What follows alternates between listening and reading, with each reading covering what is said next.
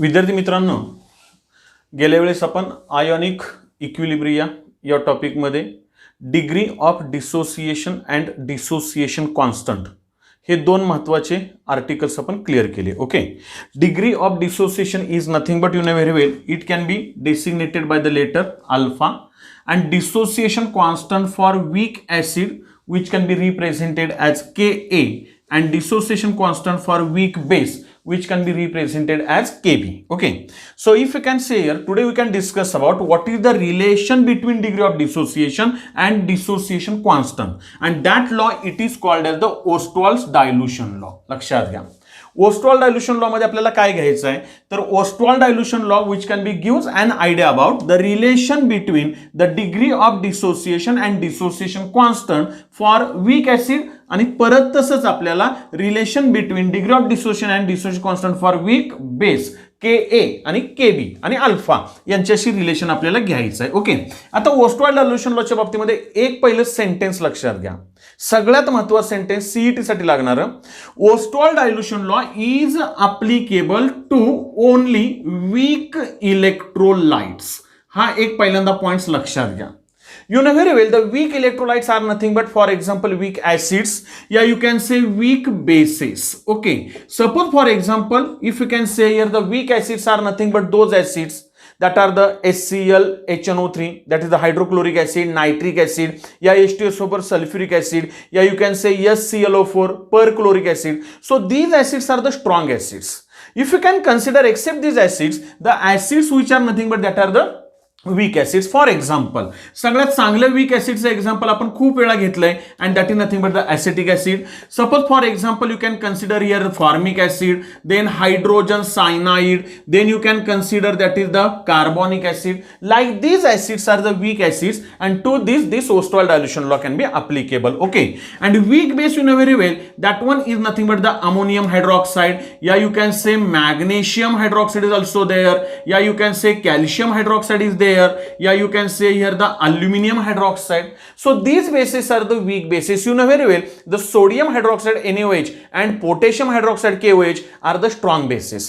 मग आता प्रश्न असा आला की ओस्टवाल्ड डायल्यूशन लॉ फक्त आपण वीक इलेक्ट्रोलाइटला अप्लिकेबल करतो का? त्याचं रिझन मी तुम्हाला लॉ मध्ये देईन, लक्षात घ्या. पण हे सेंटेन्स बाळांनो पहिल्यांदा क्लिअर करा की Ostwald dilution law can be applicable to only weak electrolytes that are nothing but the weak acids or weak bases. Okay, आता see first one, what is the Ostwald dilution law. मग आपल्याला बोर्डला का नाही 2 किंवा 3 मार्क्सला क्वेश्चन येईल, state and explain Ostwald dilution law for weak acid किंवा state and explain Ostwald dilution law for weak base. लक्षात येतंय का बघा. तर त्याच्यामध्ये त्याचं जे स्टेटमेंट करायचं का, मी स्टेटमेंट सुरुवातीला नाही सांगत तुम्हाला, स्टेटमेंट आपण त्याचं डेरिव्हेशन झाल्यावर घेऊया म्हणजे आपल्याला सोपं जाईल. ओके, आता ओस्टवाल्ड डायल्यूशन लॉला काय करायचं तर Ostwald dilution law which can be firstly we can discuss about for weak acid. तसंच आपण वीक बेसचं एक्झाम्पल नंतर घेऊया. आता वीक ऍसिड घ्यायचं आहे. आता समजून चाला वीक ऍसिड कोणतं घ्या, पण फॉर एक्झाम्पल आपल्याला जर का पुस्तकाप्रमाणे दिलं तर तसंच जाऊया. The weak acid consider that is the HA. आता HA का घेतलं तर याच्यामध्ये काय असणार आहे तर that are nothing but the H plus ions. Okay, so this one it is the weak acid that is the HA which can be dissolved in water. If it is the weak you can draw here the reversible arrow which can be dissociated as H plus plus A minus. लक्षात आलं. आता कदाचित असं पण असेल बघा, लक्षात घ्या, याच्यामधला H प्लस हा वेगळा काढला, A मायनस वेगळा काढला, त्याचं डिसोसिएशन झालं. ठीक आहे, काही वेळा तुम्हाला हा H प्लस H2O शी जर का कंबाईन झाला तर तुम्हाला इथं काय मिळेल तर that is nothing but the H3O plus, it is also called as the hydronium ion. मग कॉन्सन्ट्रेशन ऑफ H3O प्लस या concentration of H plus both are same, म्हणजे H प्लस आणि H3O प्लस दोन्हीमध्ये काहीही फरक नाहीये बाळांनो. लक्षात आलं. आपण फक्त H प्लस घेऊया, मग आपल्याला जरी H3O प्लस दिला तरी काय टेन्शन घ्यायची गरज नाही. ओके, आता आपल्याला काय करायचं, first one, suppose for example this HA it is the general weak acid, एकदम वीक आहे, आणि जर ते वीक आहे तर त्याचं डिसोसिएशन हे एकदम कमी होणार आहे, बरोबर आहे, which can be dissociated to a very small extent. आता याचा अर्थ समजून घ्या, समजून चला. For example when you can consider at initial state that is nothing but the time t is equal to 0, what I say, when you can consider if there is the only 1 mole of HA you can taken here. तुम्ही 1 mole of H घेतला, लक्षात घ्या 1 मोल, तर त्यावेळेस आता water it is in excess in nature. Okay, मग H plus किती असणार, तर 0 आणि ए मायनस पण 0. पहिल्यांदा हा तुम्हाला टेबल लक्षात आला ना, ओस्टोल डायल्युशन लॉस संपला. तुम्हाला मी खरं सांगतो, जरा व्यवस्थित बघा. सुरुवातीला तुम्ही नंबर ऑफ मोल्स किती घेतले, तर 1 मोल घेतला. अजून सुरुवात व्हायची म्हणजे प्रॉडक्ट्स आर टोटली अब्सेंट, म्हणजे एच प्लस आर 0, ए मायनस आर 0. इथपर्यंत idea clear. When you can consider as the time can be passes, reaction can be proceed, and after some time this reaction can be attains the equilibrium. You know very well the equilibrium is nothing but the rate of forward reaction is equal to rate of backward reaction. बरोबर बाळांनो. आणि मग आपण असं केलं की when you can consider the at equilibrium what will be the number of the moles of reactant and products are present in that solution. इक्विलिब्रियमला आता ही step बघा, लक्षात घ्या. इक्विलिब्रियम कंडिशनला काय झालं, तर out of this one, what I say, out of this one some molecules undergoes dissociation. जसं आपण याच्या अगोदरच्या लेक्चरमध्ये घेतलं की समजून चला, फॉर एक्झाम्पल आपण असं म्हटलं होतं की if this acid which can be undergoes dissociation to produce H plus and A minus. Suppose initial number of the moles are 10 and at that time initial time these are totally absent.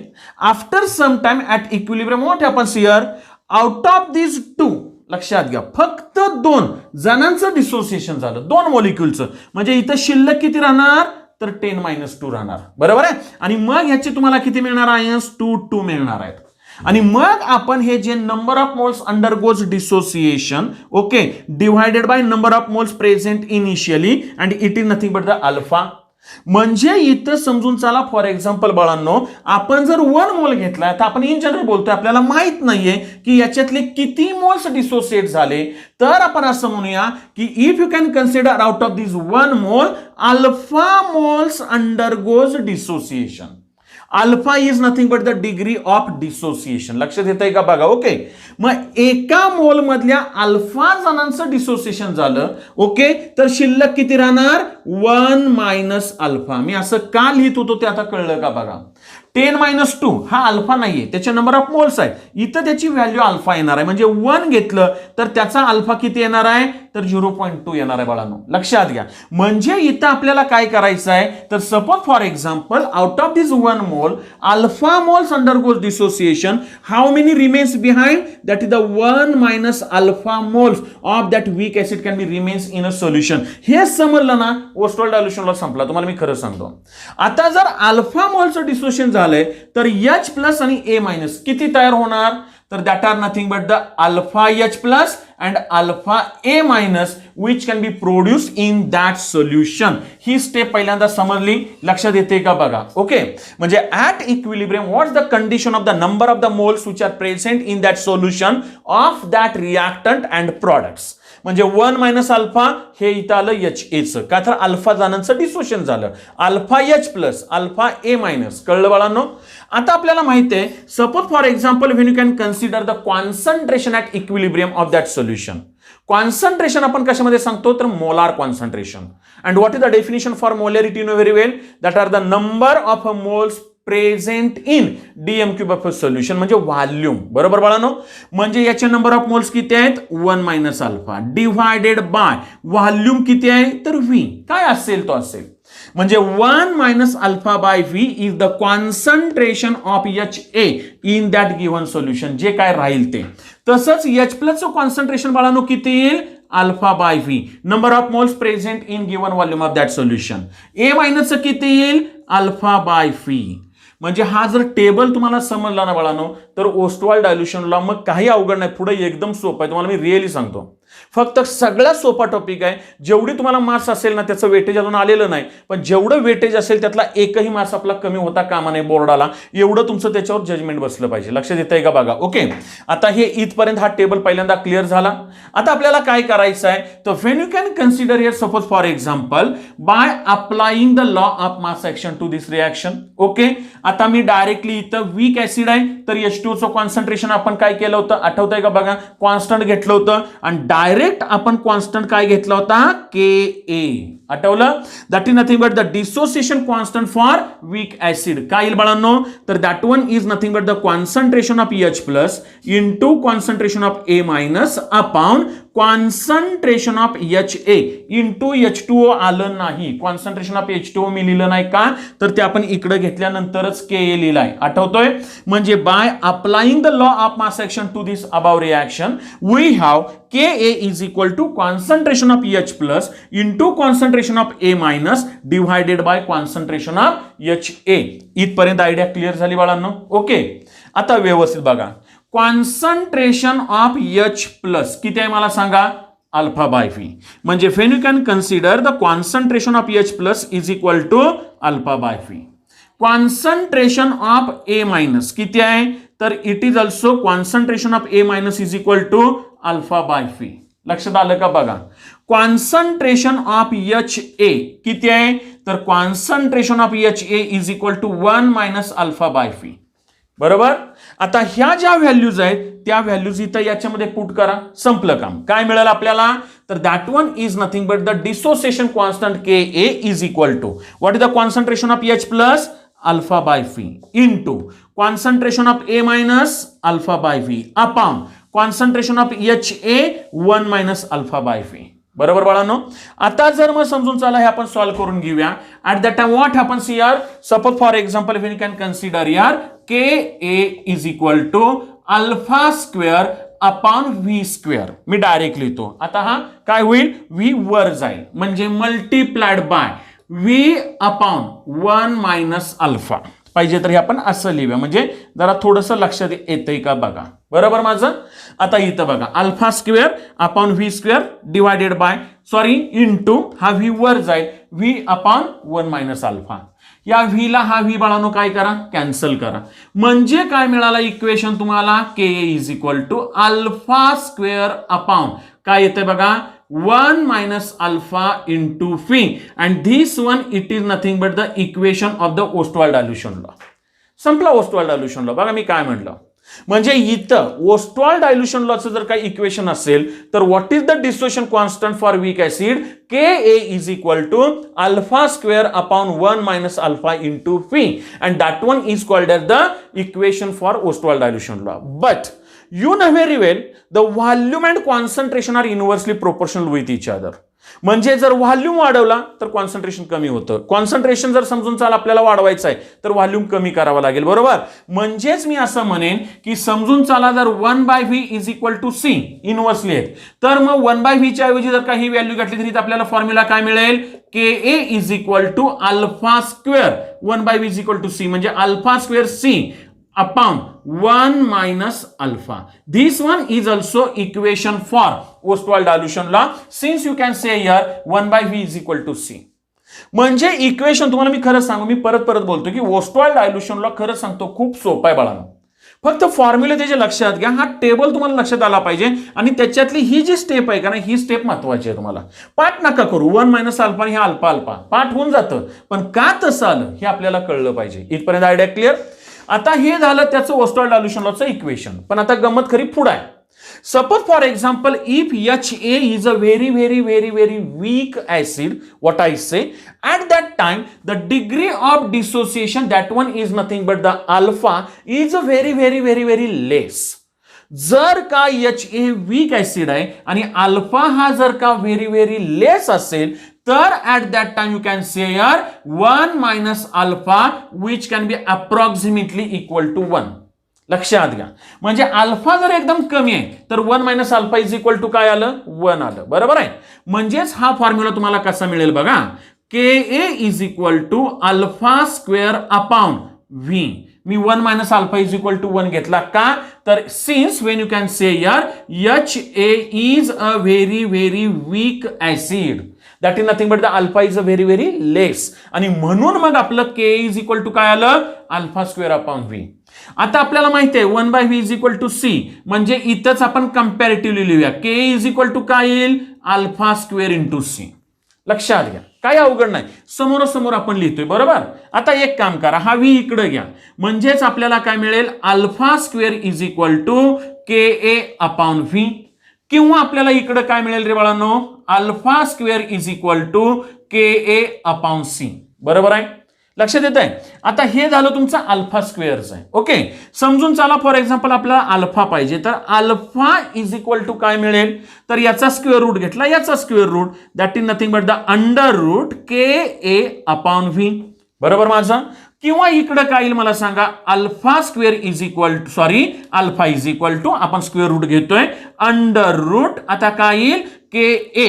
एक minute, काहीतरी आपलं इथं चुकलं, इकडं into पाहिजे, KA upon V नाही येणार, KA into V. Sorry बाळांनो. ओके, तरी म्हटलं असं का झालं, दोन्हीही डिवायडेशन मध्ये आलं, माझं कुठं चुकलं ते माझ्या लक्षात आलं. म्हणजे चूक झाली काय हरकत नाही, दुरुस्त करायची. लक्षात घ्या, आपण माणूस आहे म्हटल्यावर चुकणार. लक्षात येत आहे का बघा, इकडं इंटू व्हायला पाहिजे, ते माझ्याकडनं चुकून डिवाइड झालं, म्हणजे इथं काय येईल KA इंटू V.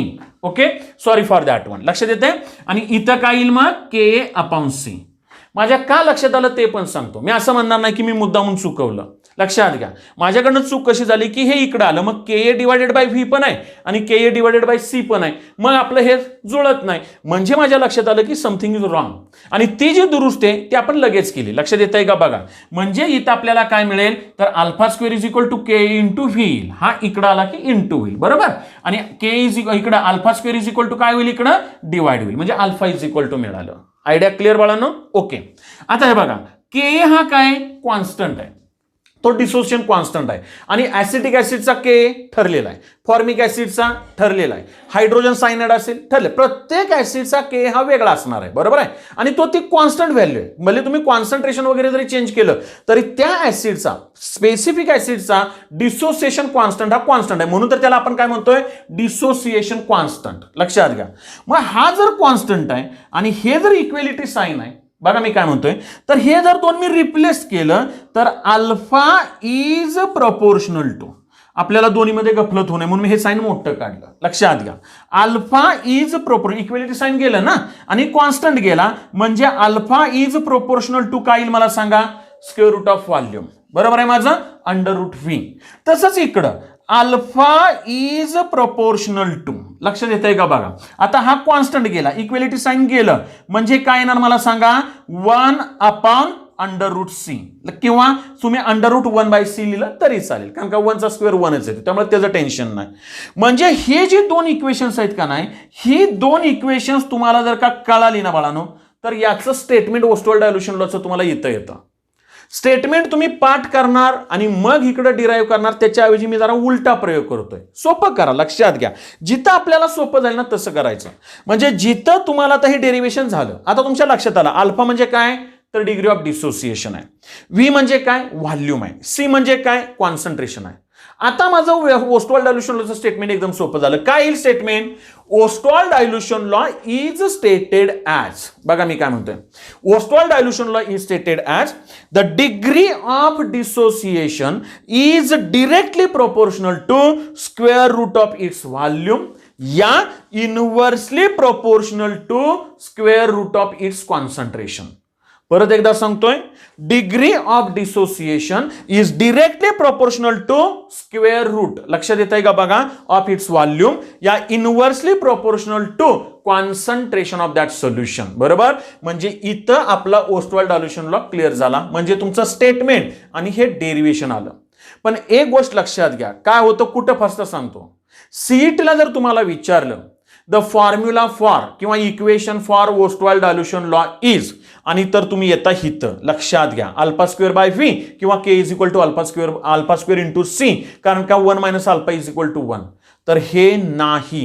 सीईटी साठी लक्षात ठेवा, ओस्टवाल्ड डायल्यूशन लॉचं परफेक्ट फॉर्म्युला हा आहे, KA is equal to alpha square upon 1 minus alpha into V, किंवा KA is equal to alpha square C upon 1 minus alpha. हे सीईटी साठी लक्षात ठेवायचं. दोन्हीतलं कुठलं पण एक विचारतील, तुम्हाला हाही फॉर्म्युला देतील बाळांनो आणि हाही देतील. लक्षात घ्या, तुम्हाला वाटतं दोन्ही सेम आहेत आणि मग तुम्ही काय करता, मोर करेक्ट इकडं नाही, मोर करेक्ट इथं या ओस्टवाल्ड डायल्यूशन लॉचं.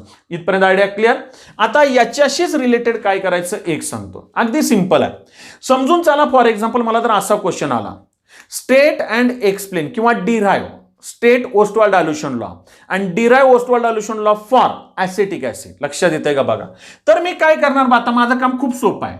ऍसिटिक ऍसिड म्हटलं की बाळांनो मी इथं काय घेणार, तर that one is nothing but the acetic acid plus water. इथं मला काय मिळेल रे, H plus plus CH3COO minus. पटतंय? आता माझा चेंज कुठं होईल रे, इथं चेंज होईल. बघा इथं A मायनसच्या जागेवर काय येईल इथं, तर that one is nothing but the concentration of acetate ion upon इथं काय येईल मला सांगा, कॉन्सन्ट्रेशन ऑफ ऍसिटिक ऍसिड. बरोबर आहे? एवढा फक्त चेंज झाला. इथं माझा एक चेंज होईल, ऍसिटेट आयन आणि ऍसिटिक ऍसिड. आता लिहित बसत नाही. बाकीच्या व्हॅल्यू जर घेतल्या बघा, H plus alpha by V, H plus alpha by V. Acetate आयनचं काय येईल मला सांगा परत एकदा, अल्फा बाय व्ही. ऍसिटिक ऍसिडचं कॉन्सन्ट्रेशन काय येईल मला सांगा, 1 मायनस अल्फा बाय व्ही. म्हणजे थोडक्यात व्हॅल्यू तुमचं फक्त इथं चेंज होणार आहे रे बाळांनो. लक्षात येत आहे का बघा, ते ऍसिड आहे ना तिथं, आणि परत एकदा जर वीक ऍसिड आहे तर केच येणार आहे. म्हणजे काय चेंज करायची गरज नाही, शेवटी डेरिव्हेशन आहे तेच येत आहे. आता लक्षात आलं का बघा. समजून चला. फॉर एक्झाम्पल तुम्हाला जर असं विचारलं, किती सोपं आहे बघा. फक्त काय करा माहिती आहे का, वहीमध्ये 2-3 वेळा ते लिहून काढा. समजा मी जर बेस दिलं तुम्हाला, ओके, आता suppose for example week base घेतलं, apply the Ostwald dilution law for weak base असं इन जनरल दिलंय. मग तुम्ही स्पेसिफिक एक्झाम्पल घेतलं चालेल, नाही घेतलं तरी चालेल. हे बघा, मी जनरल एक्झाम्पल काय घेणार, BOH, कारण याच्यामध्ये OH मायनस आहेत. म्हणजे मला इथं काय मिळेल रे बाळांनो, B प्लस, आणि इथं काय मिळेल मला सांगा, OH मायनस. आलं का लक्षात बघा. म्हणजे इथं काय येईल आता मग मला सांगा, तर that one is nothing but the, आता इथं के नाही येणार, पहिल्यांदा काय येणार, बेस आहे, म्हणजे काय लिहिणार मी, KB. ओके, म्हणजे इथं आलं B प्लस. ओके, इथं काय येईल मला सांगा, OH मायनस अपॉन इथं काय येईल, तर that one is nothing but the BOH. म्हणजेच इथं काय येईल आता, concentration of B plus is equal to alpha by V, concentration of OH minus is equal to alpha by V, and concentration of BOH is equal to 1 minus alpha by V. बाकीचं तर इथं फक्त change होईल, KA च्या जागेवर काय येईल, KB, इकडं काय येईल, KB. जर बेस आहे ना तर लक्षात घ्या, मी इथलं इथं ऍडजस्ट करतोय, समजून घ्या बाळांनो. म्हणजे तुम्हाला फक्त कुठं चेंज आहे का नाही तेवढं बघायचं आहे. आता लक्षात आलं का बघा, इथं फक्त काय येईल, तर KB, that is nothing but the dissociation constant for weak base. आता लक्षात आलं का बघा. म्हणजे तुम्हाला जर वीक ऍसिड विचारलं तर मात्र KA पाहिजे, वीक बेस विचारलं तर KB पाहिजे.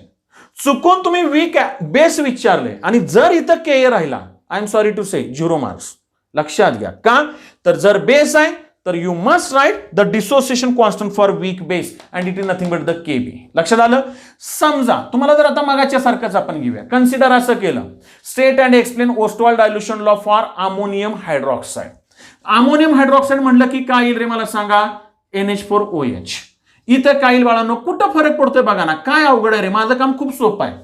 NH4 plus plus OH minus, म्हणजे मला इथं काय मिळणार, तर there is nothing but the concentration of NH4 plus into concentration of OH minus upon concentration of NH4OH. इथं आहे त्याप्रमाणे फक्त चेंज करा, शेवटी तुमचं आहे तेच इक्वेशन येणार आहे. आणि फक्त खरं सांगू तुम्हाला, एक काम करा, वीक ऍसिडचं एक्झाम्पल HA आणि ऍसिटिक ऍसिड म्हणजे 2 वेळा लिहून काढा. वीक बेसचं एक्झाम्पल BOH आणि NH4OH म्हणजे परत एकदा 2 वेळा हे डेरिव्हेशन लिहून काढा. जर मला सांगा बाळांनो, तुमच्या हाताखालून हे 4 वेळा जर का डेरिव्हेशन गेलं तर माझ्या माहितीप्रमाणे बोर्ड एक्झाम पर्यंत तुम्हाला परत हे बघायची गरज पण पडणार नाही. आता लक्षात येत आहे. फक्त एक पॉइंट क्लिअर करा. आता बघा इथं लक्षात घ्या, समजून चाला, जर का ऍसिड असतं तर मगाशी आपण काय लिहिलं, तर concentration of H plus ion is equal to alpha by V. आठवतंय का बघा, ऍसिड असेल तर, आणि आपण म्हटलंय 1 by V is equal to काय, तर दॅट इज द C. म्हणजेच concentration of H plus ion is equal to काय आलं, अल्फा इंटू C. हा पण फॉर्म्युला लक्षात ठेवा. कॉन्सन्ट्रेशन ऑफ H प्लस पुढे लागणार आहे आपल्याला, concentration of H plus is equal to काय येतं, अल्फा इंटू C. आता लक्षात येत आहे, अल्फा इथं बघा ना, अल्फा बाय व्ही आहे ना, मग 1 by V is equal to C आलं. म्हणजे जर H प्लस असतं, ऍसिड असतं तर बरोबर, alpha into C. Similarly concentration of OH minus is equal to परत एकदा काय, अल्फा बाय व्ही. म्हणजेच concentration of OH minus is equal to also alpha into C. लक्षात आलं का बघा बाळांनो. हे दोन फॉर्म्युले आपल्याला पुढे न्यूमेरिकल सोडवत असताना लागणार आहेत. त्याच्यानंतर याचे फॉर्म्युले, हे पण फॉर्म्युले जरा थोडेसे लक्षात ठेवा, किंवा हा फॉर्म्युला लक्षात ठेवा, हा किंवा हा ठेवा, की जेणेकरून तुम्हाला सोपं जाईल. मग याच्याशी रिलेटेड आपल्याला ऑस्वाल्ड डायल्युशन लॉची काय घ्यायची, न्यूमेरिकल्स, आणि मग नंतर आपण पुढचा आर्टिकल घेऊया. Okay, thank you very much.